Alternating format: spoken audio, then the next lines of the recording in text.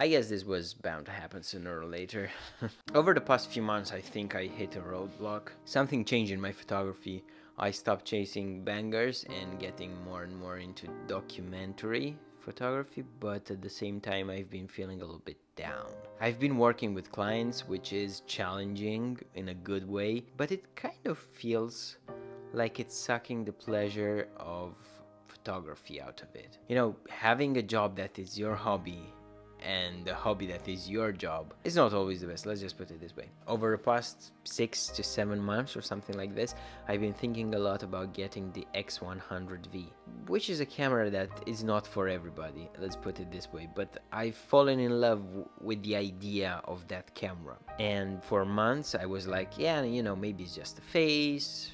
Maybe you're gonna get out of it, everything like that. I did not buy it, but it didn't happen. I ended up purchasing another camera, the Fujifilm X-S10, justifying it as a good purchase for my business, so I could, you know, take also photographs for my clients with it. But I ended up returning the camera and losing some money in the process because I did not enjoy shooting with that camera. It's not a bad camera, it's just I didn't feel good shooting with it. And my desire of getting the X100V was still there. So after a lot of research and waiting for the prices to, you know, lower down and to have a little bit more choice on the market, because at the moment you cannot find it anywhere, and you can find a few, you know, used versions, but generally are very expensive, almost as if they were new. So after a long research, I got the Fujifilm X100F. I wanted a camera and I got another one. Yeah, it is what it is. 5-year-old previous generation. Why? Well, as I said, the Fujifilm X100V is almost unfindable. I got the X100V used and I got a really good price on it, and it came with quite a lot of accessories. As soon as I took that camera out, something changed. My mood kind of changed. Now I take it everywhere I go. If I go to the supermarket, if I go out with friends, if I just go out on a walk in the morning, I just take a camera with me. I enjoy taking photos more. I take more boring photos probably, who knows, but I enjoy taking those boring photos. And don't get me wrong, I still love my main cameras, the X-T4s. I have 2 of them. They're amazing. For the moment, they deliver everything that I need when I go on a client shoot. But there's something about the Fujifilm X100F that makes me not love it more necessarily, but enjoying taking photographs with it in certain situations more. You know, the Fujifilm X-T4 has become a tool that I use to take photographs for my clients, and they do an amazing job at it. I don't know if that makes sense to you, but at the same time, taking photographs has become more of a chore, of a job, instead of something that was pleasure for me. And that's great because I make a living doing something that I enjoy at the core, at the base of it. But at the same time, I think I felt the need to divide those two things. Taking photographs for myself is something, and taking photographs for a client it's something else. And maybe it's a stupid idea to use 2 different cameras for the different things that you do, but it felt natural, it felt good, it felt like the right choice. Now, with the X100F, in a certain sense, I slowed down. I take more photos, but I slowed down in how I take those photos. I take different photos, not better necessarily, but they're definitely a little bit different than usual. So since I got the X100F, I've been carrying it with me everywhere I go. It is pretty lightweight and compact. I find it pocketable, but I like wearing cargo pants or pants with larger pockets, so I can easily fit it in a pocket, and I don't have to carry a camera bag.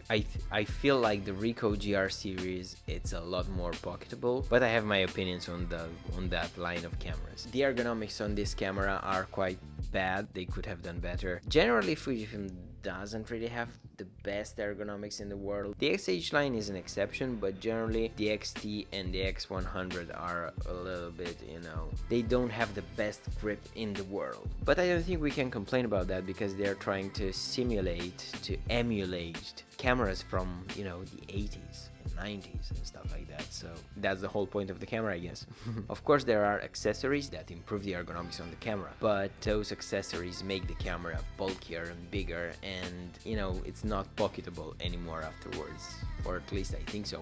But if pocketability is not a thing that interests you, then I definitely think you should get like a thumb grip or something to improve the ergonomics. In the beginning, the camera felt really weird in the hand because I was used to bigger cameras, but after a few days it started to slowly feel better, and now it feels almost natural. Although I think that if you carry the camera with you for an hour or two without letting it down or putting it in the pocket, you're going to start to feel a little bit sore. Now, this is not the most comfortable camera ever, I'll give it that, but it has a certain appeal to it.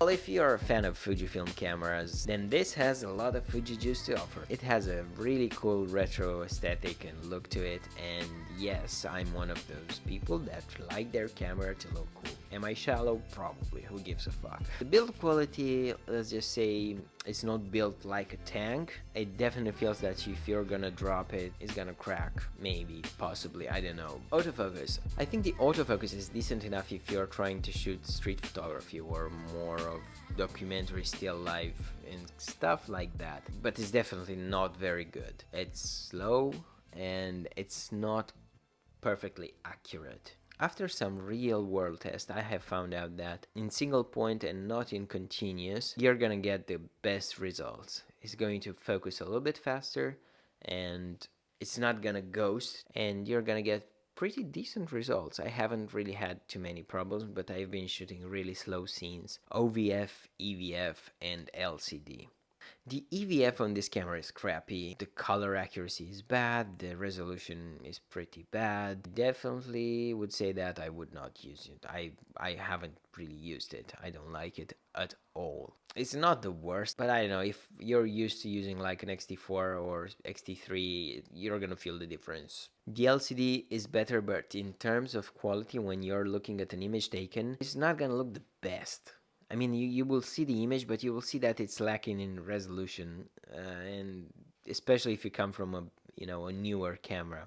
The screen does not tilt up or flip out on the side, but I don't find that to be an issue. I don't know. I could find the tilt up screen on the flip out screen useful in certain situations, but it doesn't bother me if I don't have it. I don't really like shooting from the hip anyway. I like to raise the camera to my eye level, and I want the people to see that I'm taking a photo of them. It's my style. You could be different. The OVF, on the other hand, I thought I wouldn't use it. I thought it would be like, why is it even there, an OVF? But I have found myself using it more than anything, more than the LCD.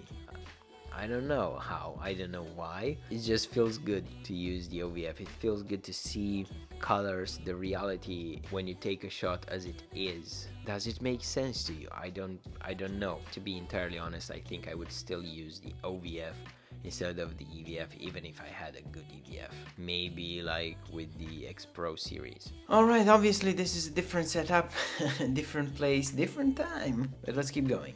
Battery life. I thought it would be a pain in the ass. I thought the battery life on this camera would be pretty bad. The guy that sold it to me also gave me 2 extra batteries. But so far, I didn't really have a problem with it. You can easily shoot a whole day long of photographs without even changing the battery. I was pleasantly impressed by it. I didn't have too many problems as far as button placement and dials are concerned. They are more or less, the usual Fujifilm style. Buttons are customizable and easy to reach generally. I do have a problem with the ISO wheel. I find ISO very difficult to set using the wheel. You have to lift it up and then you have to move it, and you have to maintain that tension in a certain way. I don't know how to explain. I generally shoot in aperture priority, so I usually set my ISO to auto in one of those ranges, but it is a thing to keep in consideration when you get this camera. Focusing ring feels rather smooth, but I don't usually shoot manual. I don't care, but it's there. Although it has something that I really enjoy and I wish all Fujifilm cameras had, the focusing selector on the side. I love it. So if you want to change from single to continuous to manual, it's really, really easy. You know, the aperture ring can feel a little bit weird in the beginning because it's smaller than the other aperture rings on other lenses. It's really short, but with time you get used to it and it feels normal after some time. I have made a few tests between the X-T4 and the X100F with the exact same settings, and I shot the X-T4 either with the 23mm f1.4 or with the 16-55. I understand that these are lenses that are considered to be somewhat of a professional level, but I set them to f2.8 just like the X100F, and then I took photos without pixel peeping, because of course a lens that costs as much as the X100F is going to be better quality than the lens on the X100F. Makes sense.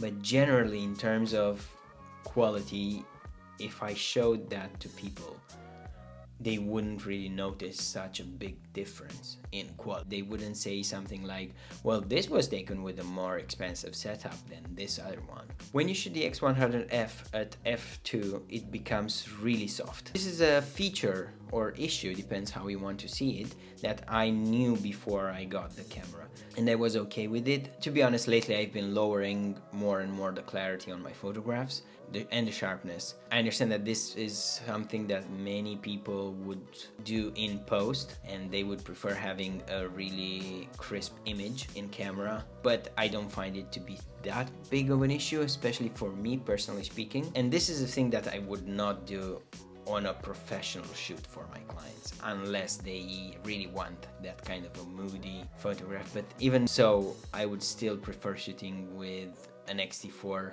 and a really good lens and have that better quality. This is not a video camera.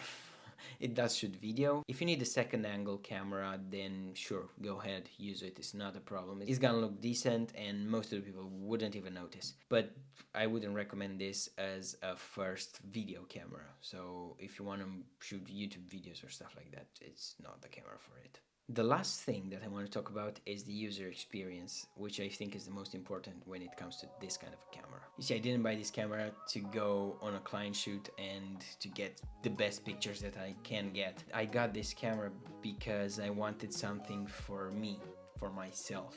Probably it's a little bit selfish, but who gives a fuck? I wanted it. As I said, the Fujifilm X100F has a certain appeal to it. It makes me shoot slower, makes me take my time with it and shoot less chaotic, which is something that I usually do. I just get out there, I just whatever. I see something, I just take a picture, snap of it. I really enjoy having this camera with me. I really enjoy the experience of this camera, you know, having it with me at any moment. You just put it in my pocket, put it in my hoodie pocket, put it, you know, it's small and compact, and just having it with me and pulling it out at any given moment and taking a shot. I don't know, it just makes me feel good.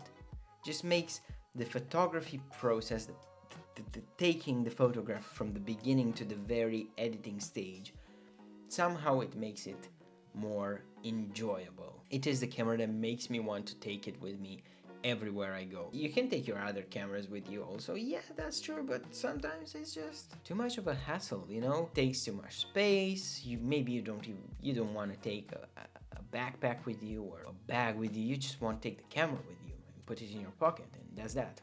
Or maybe I'm just a fucking gear nerd and I want to buy all the cameras that I can buy. What about you? Overall, I think that if you don't have the budget for an X100V, or you cannot find an X100V, the X100F, it's still a pretty great camera, and I'm enjoying it, and I think you could enjoy it too if you have been thinking about getting a camera for your own pleasure and your own photography. So should you buy this camera in 2022? I've noticed this trend amongst photographers and other creators. In the beginning, you're all about getting the best quality lenses, the best quality cameras with the best autofocus and features and all of that. But it comes to a point in the life of a professional photographer or a YouTuber or whatever, when you got, I wouldn't say the top of the mountain, but you know, when you get to a certain level, where like you want to go back a little bit. I don't know if it makes sense to you. With time, you're like, You know, I think I like better that older camera. Maybe it's because it processes the colors differently, or it makes, you know, the process feel more enjoyable, or anything like that. So I would say that if you don't want a camera that shoots bangers and you want a camera that takes photographs for your soul, for your pleasure, I guess this could be the camera for you, as it is for myself. I have been taking photographs every single day for the past 26 days since I had the camera. It hasn't passed a day that I haven't shot with it. And I've taken good photos, mediocre photos, shit photos, great photos. And I think it's a good thing. I've been training my eye. I've been taking photographs of people, of friends, you know, in different kinds of situations. I've even taken the camera on a job with me to see if it would perform, like as a backup of a backup. And it's not bad. If I had more money and if it was available, I would still get the X100V, mostly for the weather sealing, to be entirely honest. Other than that, I don't think I miss anything on the X100F. But I don't think the experience of taking photographs would change. This is a 5-year-old camera with its flaws, but it reignited the love of taking photographs for me. And only for that, I think it is worth buying this camera in 2022. Man, I really like talking about cameras, and if you also like talking about cameras, I guess that's why you're here. You should check out these videos. They're pretty good.